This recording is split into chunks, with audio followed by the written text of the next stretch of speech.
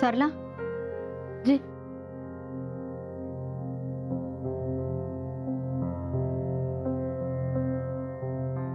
कशी आहे का रमा आता? आज 13 दिवस झाले जी. कुणाशी काही बोलत पण नाही आहे.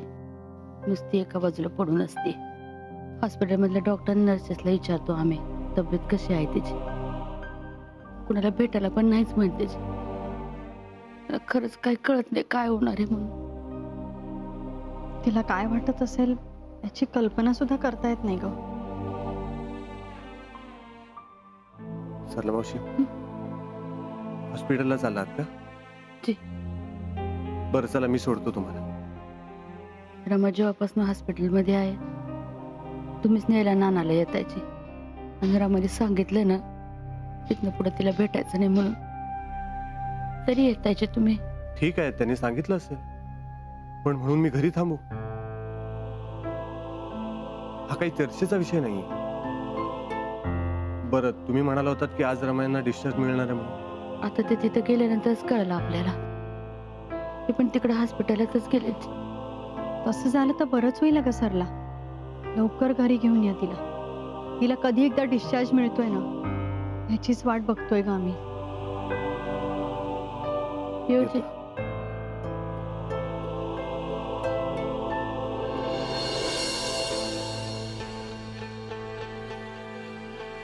तो आबासाहेब आतमध्ये आहे, तो कायमचा आतच कसं राहील हे बघा. त्यासाठी माझी काही मदत लागली, कितीही पैसा होतावा लागला तरी चालेल. आबासाहेब काय, त्याच्या कपडाचा एक तुकडा सुद्धा तुरुंगाच्या बाहेर येणार नाही आता. आणि गावात त्याच्या माणसांवर पण लक्ष ठेवा.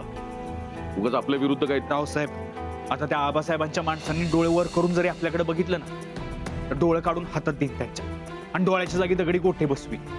आणि तुम्ही म्हणाला ना तो आबासाहेब तुरुंगात चढत राहिला पाहिजे, आता ती जबाबदारी माझी. तो तिथंच टाचा घासून मारणार बघा.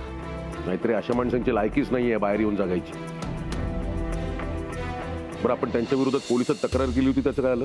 एकदम पक्की आहे खबर. आणि रामानं तिचं स्टेटमेंट पण दिलं की ते आबासाहेब प्रतापरावांवर ऍसिड फेकायला गेले आणि ही वाचवायला मध्ये गेली तर तिच्या अंगावरती ऍसिड पडलं.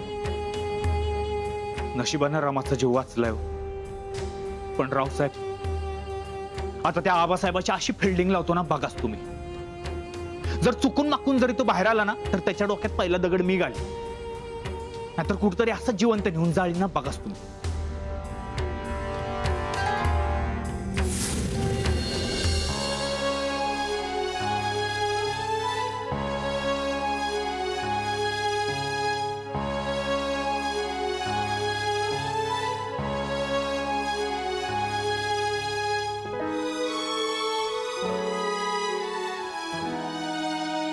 दादा, आज तरी रमाने तुला भेटू दिलं का?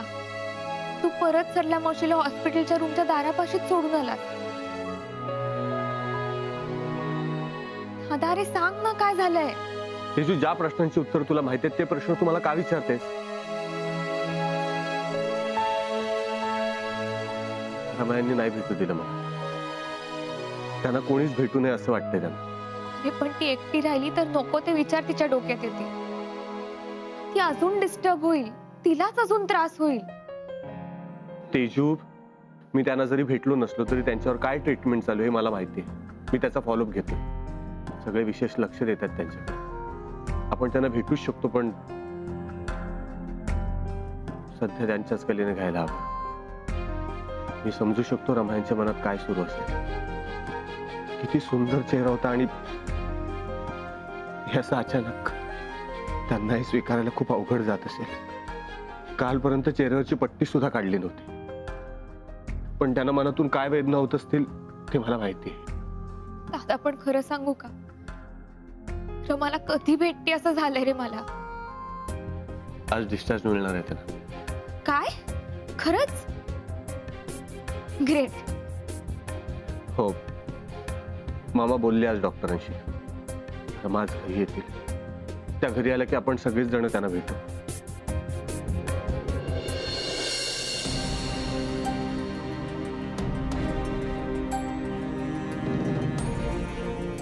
रमा,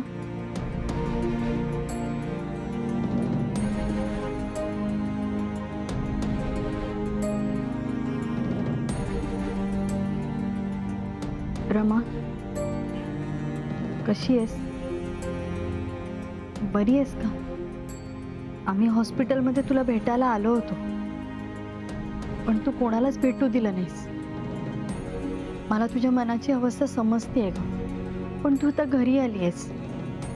बोल ग आमच्याशी, बरं वाटेल तुला. तुला जो काही त्रास होतोय ना, तुम्ही नाही कमी करू शकत. आणि तुझ्यावर ज्यांनी ऍसिड हल्ला केलाय त्या आबासाहेबांना सुद्धा चांगली अद्दल घडवली आहे. त्यांना तुरुंगात टाकलंय रमा. हो रमा, आबासाहेबांसारखे तर नरात मला मोठ्यातली मोठी शिक्षा होईल. बघ तू, रावसाहेब सोडणार नाहीत त्यांना. आयुष्यभर खडी फोडत राहतील ते. रमा, यापुढे या गावात तुला आबासाहेब कधीच परत दिसणार नाही. रमा, मी तुला आता जे काही सांगणार आहे ते थोडं तुला ऑकवर्ड वाटेल, विचित्र वाटेल, पण मला दाखवतेस का तुला किती लागलंय? म्हणजे तुझा चेहरा मला नाही. नको भाईसाहेब. रमा ऐक ना ग, तू प्रतापला संकटातून बाहेर काढलंस, हे सगळं मी तुला एकटीला नाही सहन करू देणार. रमा, आम्ही आहोत अगं तुझ्या बरोबर. नको काळजी करूस. खरंच भाईसाहेब, या सांगते ना, असं नका करू. रमा ऐक ना ग माझं, बघू दे ना ग मला.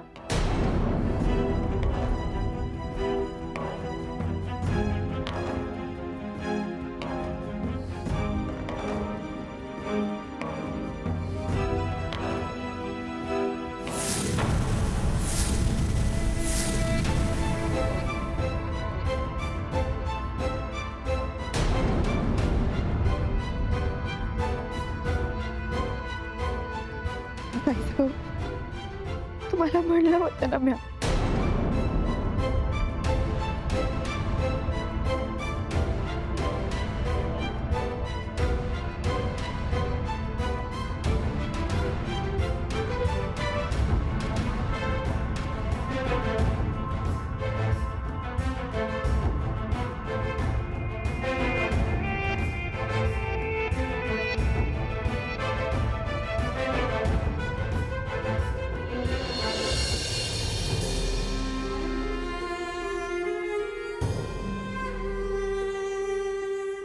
पाहिलं ना काय अवस्था झाली ना माझी. तिचं देखत तर रत्ता पण नाही येत आम्हाला. मी खचून गेले तर रमा पण पार खचून जायचे. मला ना मला खचून नाही द्यायची, मला तिला उभं करायचं.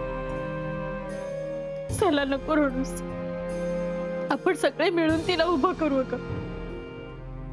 रमाने सगळ्यांसाठी खूप केलंय, अशा ह्याच्यात आपणच तिला साथ द्यायला हवी ना. होईल सगळं व्यवस्थित ग. सगळं ठीकच चाललं होतं तुझी. आबासाहेबांनी काय अवस्था करून ठेवली पोरीची माझ्या. तिचा चेहरा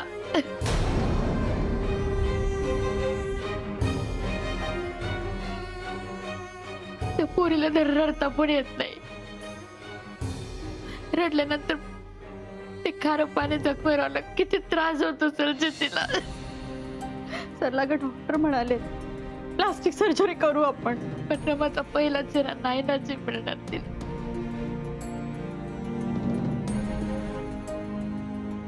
उद्या रमाचं लग्न होणार होत,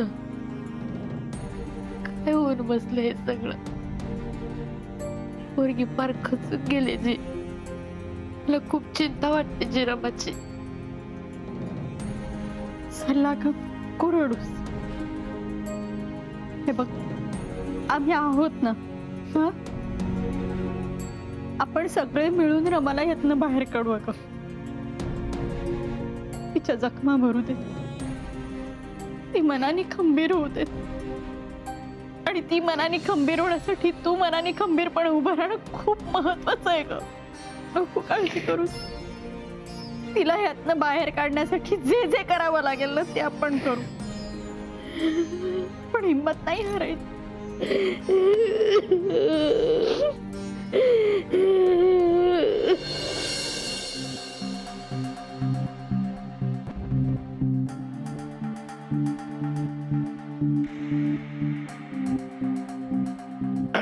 रमा अग अग अग निवांत निवांत बस, आराम कर आराम कर. नाही मला ठाव आहे, दुखापत जरी जास्ती नसली तरी चेहरा तर जळला आहे ना बघा. तो आराम कर आराम कर. काय तुझी काळजी वाटली ग म्हणून मी आलो. हा अरे हा ही बघ तुझ्यासाठी ना जालिम अशी जडीबुटी आणली आहे. ही गरम पाण्यात ना अशी कालवायची आणि त्याचा लेप आहे ना तो जळलेला चेहरा आहे ना बघा त्याच्यावर लावायचा.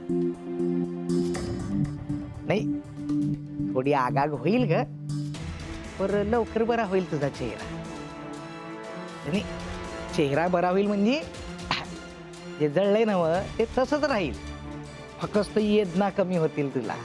हा नाही म्हणजे आता चेहरा जळलाय म्हणल्यावरती तो लवकर बरा होणारच नाही ना, ती अपेक्षा सोडून द्यायची. अग अग रमा अशी रडू नकस रडू नकस. काय असं मन घट्ट कर, हा मन घट्ट कर. अगं अजून तुला घराबाहेर पडायचं आहे. आता जेव्हा तू घराबाहेर पडशील ना मग तेव्हा तुला कळत, तुला ती लोक अपशकुनी म्हणायची ना बघा, तेच आता तुझा यो जळलेला चेहरा बघून अशा माना वळवतील, खाली बघतील. तुझा यो जळलेला चेहरा बघून तर लहान लहान पोरं घाबरतील, रडायच लागतील.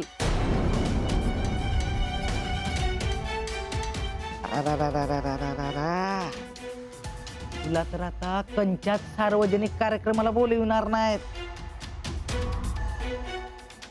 पर तू एक काम कर बरं का, ह्यो जो लेप आहे ना तो लाव, पर डोळे बंद करून लाव. काय तुझा चेहरा तू आरशात बघशील ना तर तूच घाबरशील ह्यो जळलेला चेहरा बघून.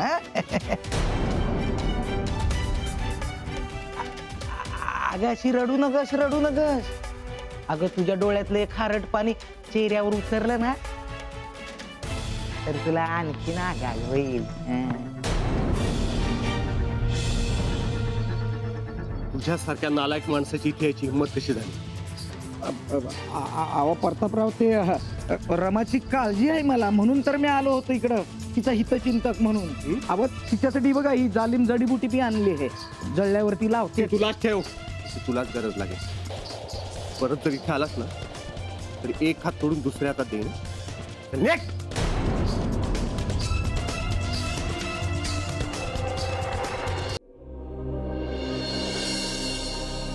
रमा, तुम्ही हॉस्पिटलमध्ये कोणालाच भेटू दिलं नाही का? तुम्हाला भेटण्यासाठी मी किती कासावीस होत असेल हे माहिती आहे ना तुम्हाला. असं का केलं तुम्ही? तुम्हाला भेटण्यासाठी मी एक एक तास एक एक मिनिट मोजत होतो रमा. इतके दिवस प्रत्येक श्वास घेताना मी आपल्या आठवणी पुरून पुरून वापरत होतो. अहो इतके दिवस आपण नाही भेटलो, त्याच्या जेवढा तुम्हाला त्रास झाला ना बघ त्यापेक्षा कित्येक जास्त त्रास मला झालाय. रमा मग का तुम्हाला मला हा त्रास का? जे काही झालं त्यानंतर तुमच्यापासून दूर राहणंच योग्य वाटलं. मला वाटलं आणि तुम्ही निर्णय घेऊन मोकळ्या झालात. रमा, त्या दिवशी आपण नवसावी देवीच्या मंदिरात गेलो होतो. तिथे मी तुम्हाला वचन दिलं होतं की माझ्या शेवटच्या श्वासापर्यंत मी तुमच्या सोबत असेल. मी तुमची साथ कधीच सोडणार नाही. आणि काही झालं ना तरी माझं फक्त आणि फक्त तुमच्यावरच प्रेम असेल.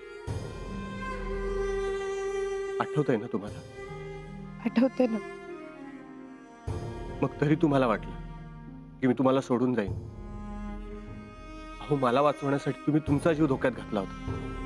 माझ्या आयुष्यातले प्रत्येक क्षण हे तुमच्यामुळे आहेत. आणि आता तुम्हीच माझी वाट फिरवताय. मग हे सगळं का आणि कशासाठी? छोटे मला जो हल्ला झाला त्यामुळे शरीराच्या जखमांसोबत मनाला बिलही जखमा झाल्या. चेहऱ्यांवरच्या जखमांपेक्षा मनावरच्या जखमा जास्त त्रास देत असते.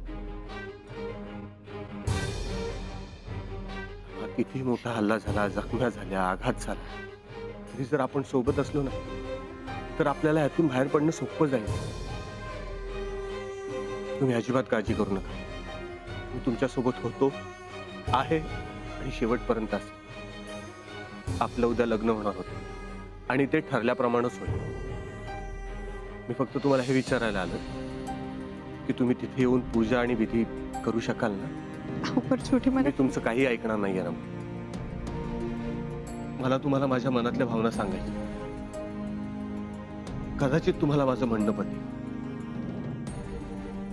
तू ओठानी हलकी असता आठवायची जुन्या काळची एक कविता हिवाळ्यातली. आताही तू तितकीच हलकी असते.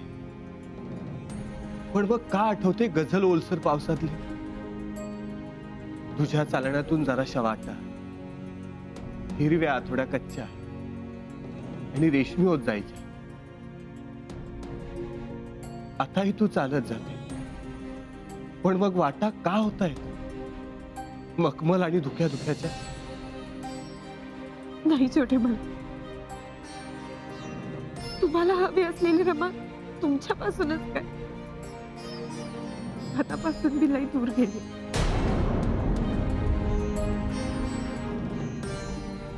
असं अजिबात नाही. तू तेव्हाही तर जवळच होती, पण मग आता नसा नसातून तुझ्याच लाटा उसळत आहे. आता झाले काय असे की चांदण्यातही तुझाच नवतर पाऊस रिमझिम मिसळत आहे. बस, मला तुम्हाला आणखीन एक गोष्ट सांगायची. आपलं लग्न उद्या म्हणजे उद्याच होणार. मी आत्ता जाऊन रावसाहेबांशी बोलतो. तुम्ही फक्त तयार राहा. येतो.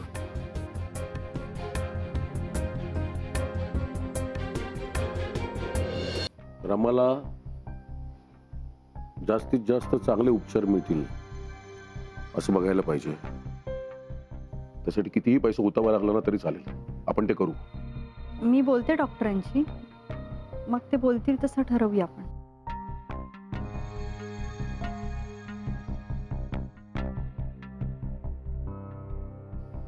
भेटली रमा?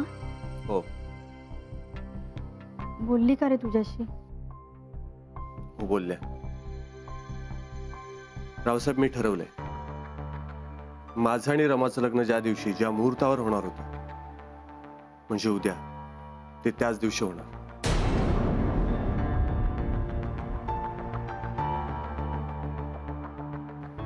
मला उद्याच रमा यांच्याशी लग्न करायचं.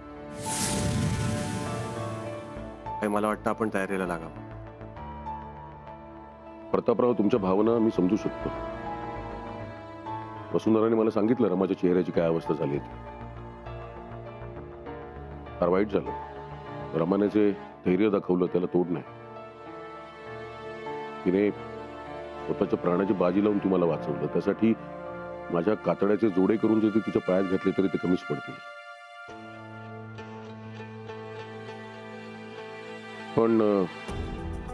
पण काय? पण कसं आहे प्रतापराव, रमाने केलेले आपल्यावर उपकार आणि रमाला या घरात सून म्हणून आणणं, या दोन्ही वेगवेगळ्या गोष्टी आहेत. याच्यात गल्लत करू नका. म्हणजे तुम्हाला नक्की काय म्हणायचंय? मला काय म्हणायचं तुमच्यासून लक्षात नाही आलं का?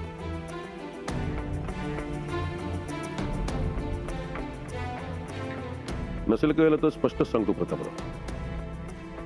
जिचा चेहरा विद्रूप झालाय ती मला या घरात सून म्हणून चालणार नाही.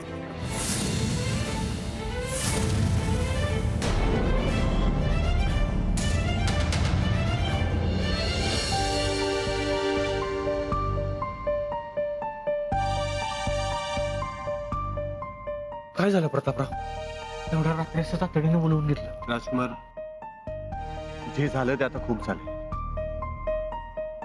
माझ्या सहनशक्तीचा अंत झाला आता. म्हणून मी रमाने माझ्यासाठी एक निर्णय घेतला. पण तुम्हाला दादा, तुझा जो काही निर्णय असेल तुम्हाला मान्य आहे. कारण मला माहिती आहे माझा दादा कधीच कुठलाही चुकीचा निर्णय नाही घेणार. आणि माझा तुला आणि रमाला कुठल्याही बाबतीत पूर्ण सपोर्ट आहे. इतक्या विश्वासाने मला इथे बोलवलंय. मी आहे तुझ्यासोबत. तुम्ही सांगा फक्त काय करायचं.